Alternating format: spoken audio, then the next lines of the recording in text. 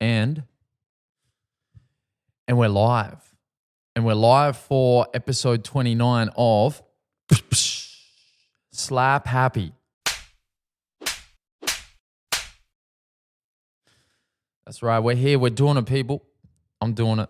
I'm in the building. I'm in a place to be. And I'm doing it. I'm just straight up doing it. So we've got episode 29 raining down. And I'd like to say thank you for joining me.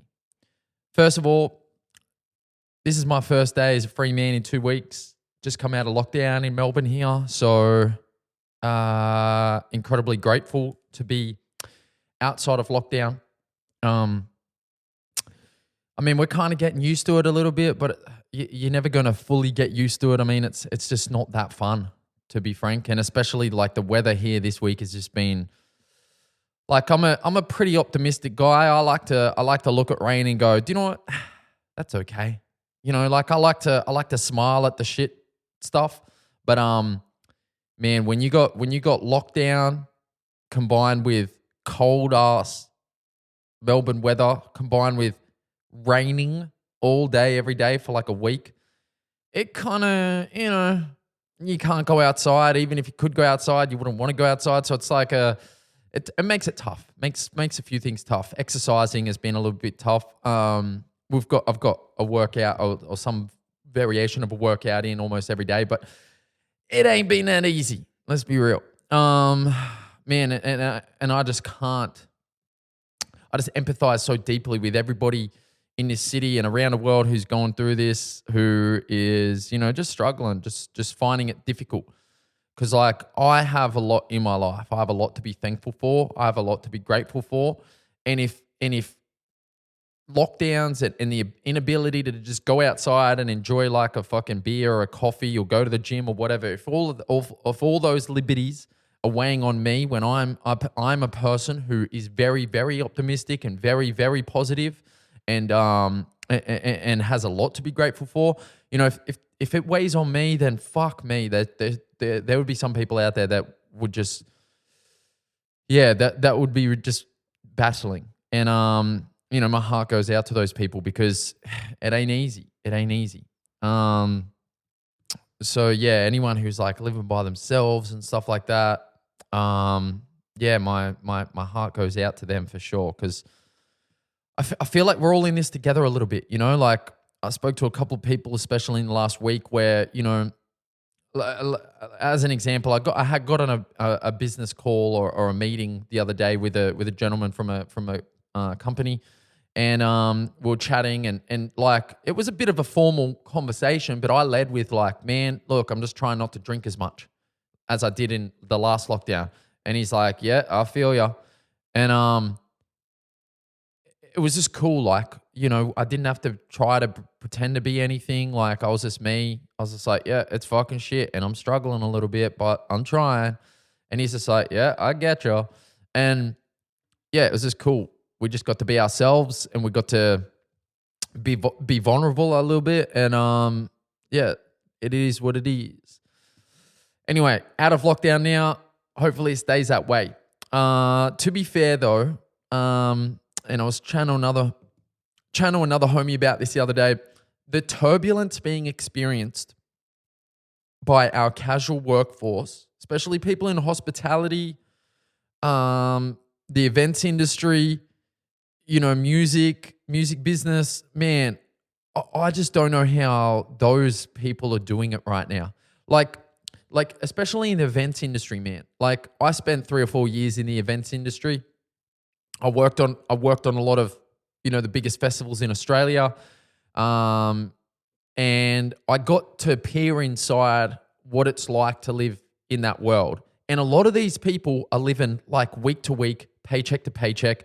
You know, they'll work like a 1 month kind of gig where they'll build a site, they'll bump it in, then they'll run the show, they'll bump it out, and then they'll have like 2 months break where they won't have any income. And that one contract will pay for that, you know, little break. Obviously, they're trying to like, you know, keep up appearances in between and do other stuff. But there's a lot of people who in the events economy very much live by the skin of their teeth, you know. And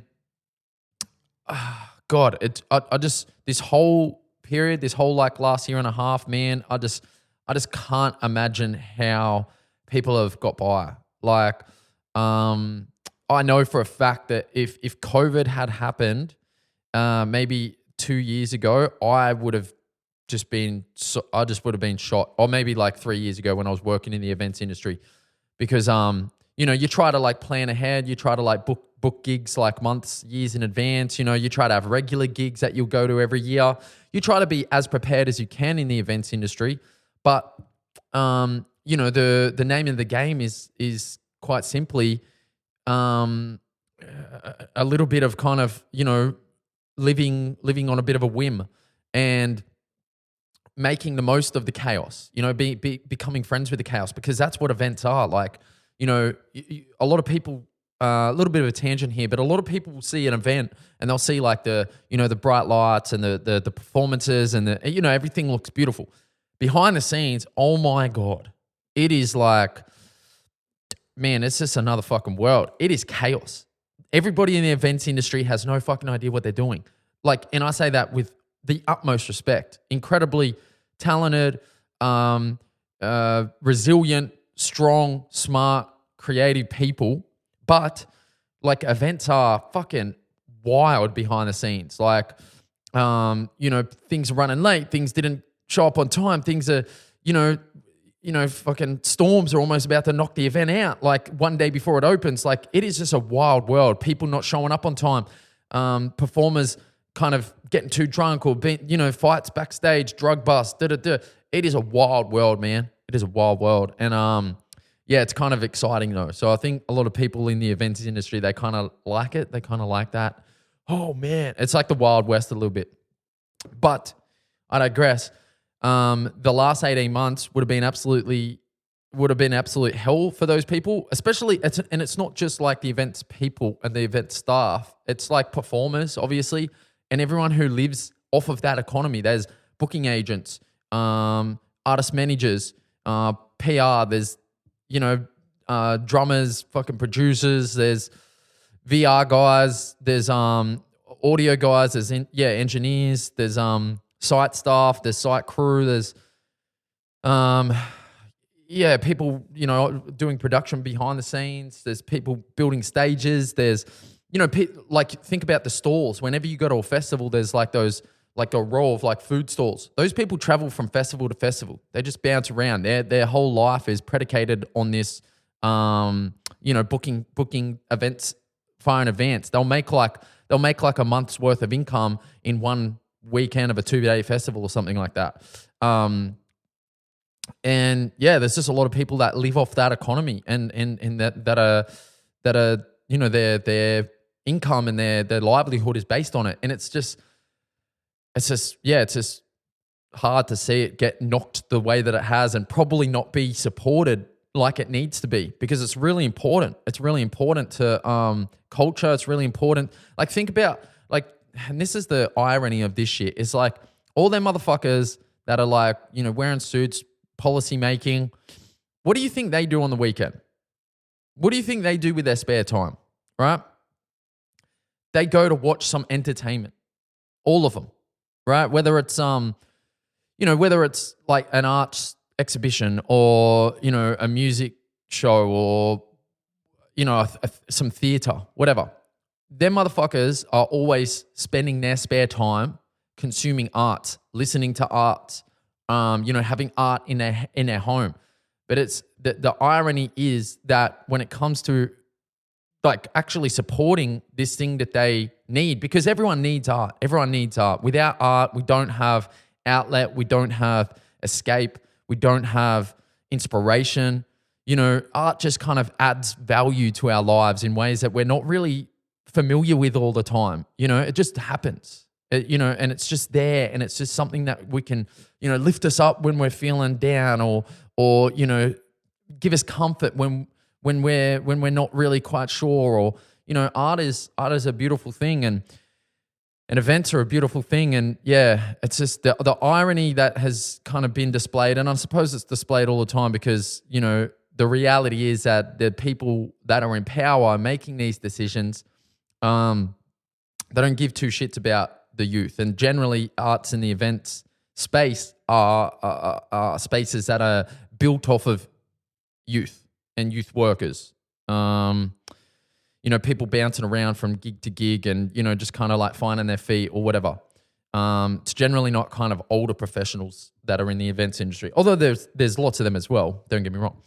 Anyway, a little bit of a random rant there, but yeah, I just think it's tough out there for the casual workforce. It's like, few shifts here, few shifts there, none at all. And then when we come back, like, the people get less shifts, less hours. I know one of my friends is being told that they're getting less hours as soon as they open up again tonight. And it's just, it's just really tough. Just really tough.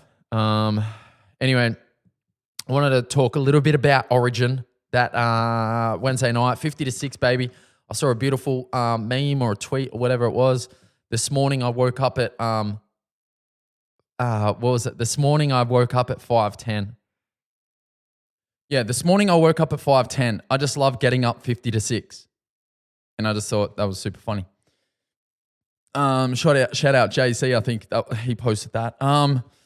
So yeah, I thought it was, obviously just such a dominant display. No one expected that.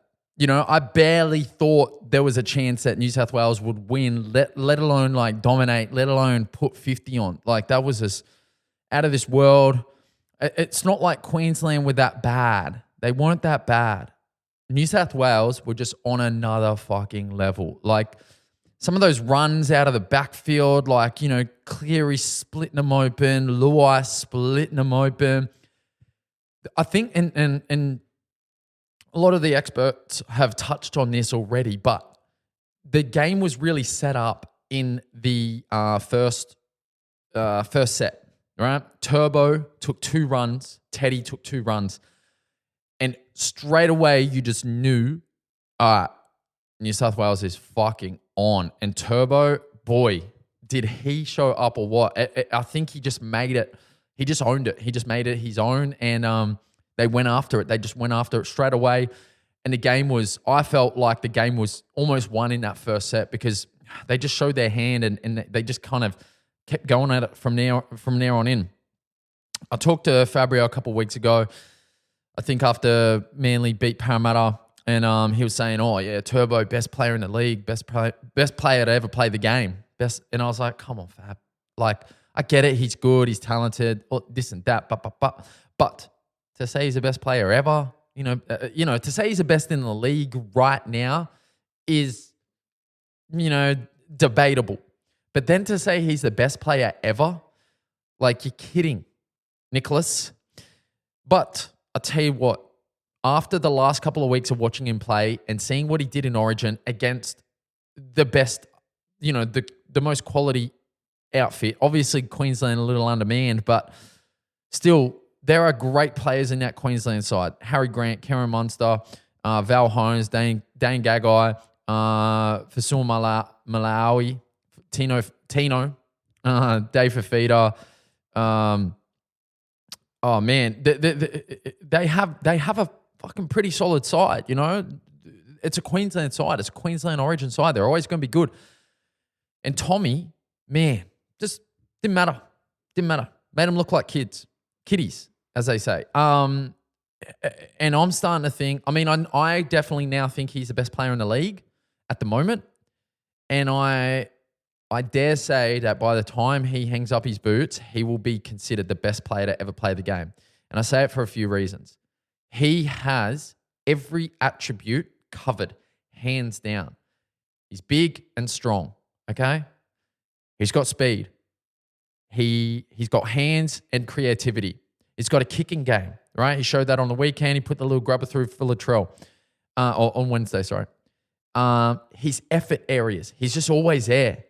He'll take the easy runs to score the try, or he'll take the hard run in the first set. That's the thing. Like, in the first set, he took 2 hard runs out of our own end, and then he scored the try by Byrne and Catewell. That's not many players can do that. Latrell, I think, is one who can, but I don't think Latrell has the same pace as Turbo. And although he has good hands, I don't think he is as creative as Turbo.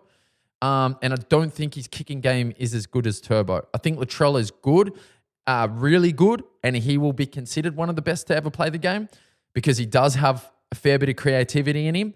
I just think Turbo's effort areas and stamina, like he has everything. He's like a 10 at everything.